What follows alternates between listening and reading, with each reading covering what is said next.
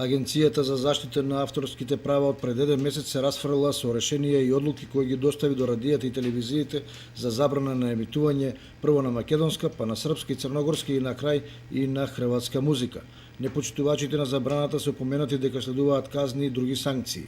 Во ЗАМП биле незадоволни затоа што некој сакал да им ја симне цената на тарифата и да ги осиромаши, а претходно им бил нарушен и монополот откако се појавило ново здружение кое понудило поевтин ценовник.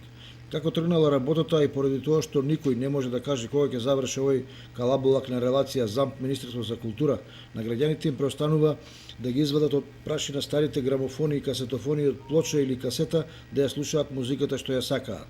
И додека првиот човек на ЗАМП Копров вели дека кога дошол на чело на истото најавил дека ќе го направи богато, тие на кои им се доставени забрани се прашуваат како да преживеат во ова кризно и нелудничево време во кое не се знае кој пие, а кој плаќа.